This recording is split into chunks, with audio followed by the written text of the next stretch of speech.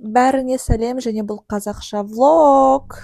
Барада отырып біз «Отель Мумбай» деген өте қызықты фильм көрдік. Конечно, больше всего қызық Нұраділге болды. Ол до того қызық болды, что ол парада кішкене ұйықтап қалды. Шынында фильм өте қызықты және эмоция қыздар кішкене беріліп кетті, себебі аяқ жағында өте эмоционалды сценалар болды.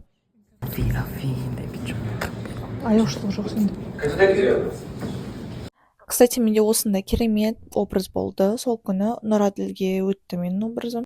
Бүгінге Нұраділдің энергетикасы жетеді деп біз Бота екеуміз ғана Бағжан Октябрьдің концертіне келдік. Екеуміз, как всегда, либо кеш, либо ерте барғандықтан осы жолы ерте барып, мына зданиядағы нәрселерді көріп жүрдік. Қатты қызығушылығы бар адамдар құсап. Сосын мына жерде түк көрмеген адамдар құсап, біреудің кескімін видеоға түсірдік. Еще бәрін түсіріп алған соң ғой.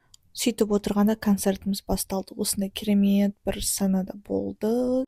Үстіп хор басында ақырындап разогрев жасады. Сосын Бағжан ағамыз шықты. Енді Бағжан ағамыздың харизмасын айта алмадым. Күштілеп, эмоцияға беріліп, жатып, күштілеп ойнайды екен. Бірақ Бағжан ағамыздан да асып түскен осы скрипачка апай болды деп ойлаймын. Не болса да концерт өте керемет болды. Осыншама адам келеді деп ойлаған жоқпын.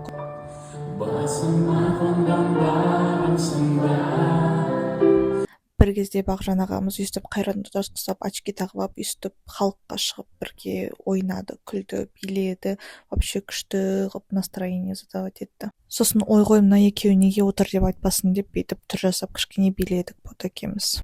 Бота екеуміз қатты билеген сияқты едік, бірақ Бағжан ағамыз қарамай бұрылып кетіп қалды. Сосын жарайды деп орнымызға қайтадан отырып концертті до конца тыңдап үйімізге қайттық.